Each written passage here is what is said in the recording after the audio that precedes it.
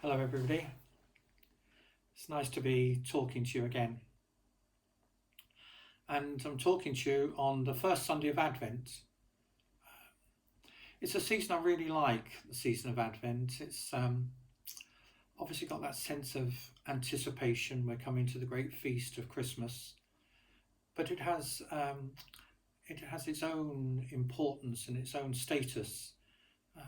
Has its own colour, purple, and lots of symbols, including Advent wreath. It's the time when we change from listening to one gospel to another, in this case from Matthew to Mark. It's a sort of new beginning. It's lovely.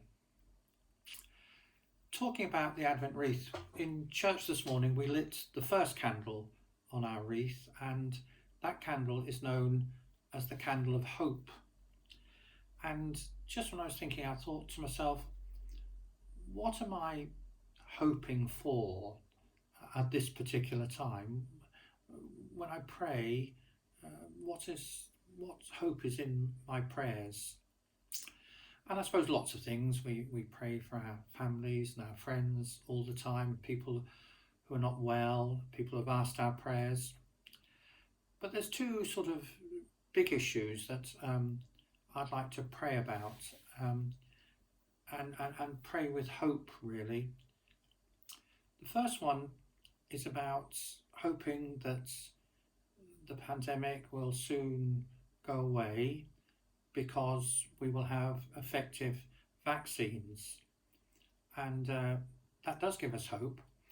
But on top of that, my hope is that that vaccine will be available to everybody in our world, especially those who live in poor countries. That's really the hope that Pope Francis has been expressing for months now, that it won't be just for those countries that are rich, but it will be for everybody.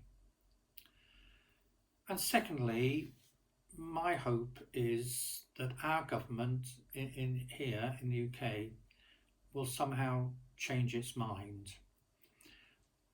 I got very depressed really during the week when I listened to the spending review and heard that we were going to reduce the money we spent in foreign aid, the percentage of our GDP.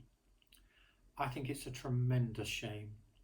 I think this is the time when the poorest of countries really need our support. And I know that we have got our own financial problems, but they are nothing compared to the financial problems of many countries in our world. And just somehow to feel that we're not supporting those people in the ways that we have done, I think is a tremendous shame. And I'm not the only one to have expressed that. People much more in the public domain have expressed it, but I'm just hoping somehow or other our government will change its mind. I know people say charity begins at home. By the way, that's not a biblical saying at all.